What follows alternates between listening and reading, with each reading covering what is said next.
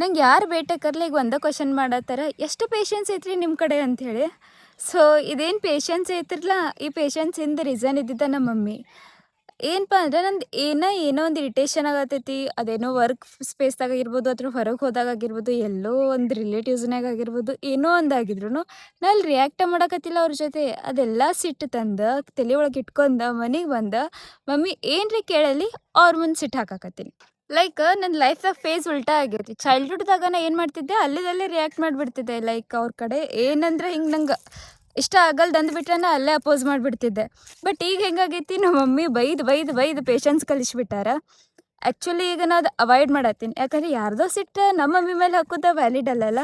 So ಈಗ ಮತ್ತೆ again ಅಲ್ಲೇ ಪಾಯಿಂಟ್ ಟು ಪಾಯಿಂಟ್ ರಿಯಾಕ್ಟ್ ಮಾಡ್ಬೇಕಂತ ಹಿಂಗೆ ಕಲಿಯಾಕತ್ತೀನಿ. ಅದಕ್ಕೆ ನಂಗೆ ಇದು ಶೇರ್ ಮಾಡ್ಬೇಕು ಅನ್ಸುತ್ತೆ ನಿಮ್ಮ ಜೊತೆ. ಆಬ್ವಿಯಸ್ಲಿ ಭಾಳ ಜನಕ್ಕೂ ಆಗತೈತಿದೆ. ಲೈಕ್ ಎಲ್ಲಿದ್ರೆ ಸಿಟ್ಟು ತಂದು ನಮ್ಮ ಪೇರೆಂಟ್ಸ್ ಮೇಲೆ ಹಾಕೋದು. ಸೊ ಅದನ್ನು ಅವಾಯ್ಡ್ ಮಾಡೋಣ ಅಂತ ಆ ಸಿಚುವೇಶನ್ಗೆ ನಾವು ಅಲ್ಲೇ ಸ್ಟ್ಯಾಂಡ್ ತೊಗೊಳ್ಳೋಣ ರೀ.